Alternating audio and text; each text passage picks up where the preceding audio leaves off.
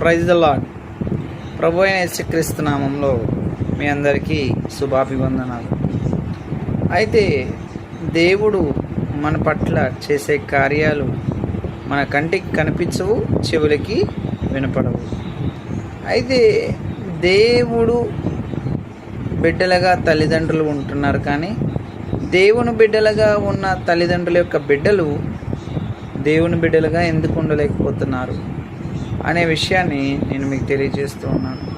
అంటే నేను ఒక కాలేజ్ అధ్యాపకుడిగా నేను చూస్తున్నప్పుడు దేవుని బిడ్డలైనటువంటి అమ్మాయిలు కానీ అబ్బాయిలు కానీ అంటే కొంతమంది స్నేహితుల ద్వారా అంటే వాళ్ళ యొక్క తప్పు అయినటువంటి తప్పటడుగులు వేయడానికి చాలా ఎక్కువ మంది మధ్యలో ఉన్నారు. అయితే నిజమైన దేవుణ్ణి వెరిగినట్టయితే అటువంటి తప్పులకు మనం దూరంగా ఉండాలి. ముఖ్యంగా దేవుని బిడ్డలు ఎవరైతే ఉన్నారో, దేవుని కొరకు ఎవరైతే వాళ్ళ తల్లిదండ్రులు పాకులాట పడుతున్నారో వాళ్ళు చాలా జాగ్రత్తగా ఉండాలి. అప్పుడు మనం దేవుని ఆశీస్సులు పొందుకుంటాం. Praise the lord.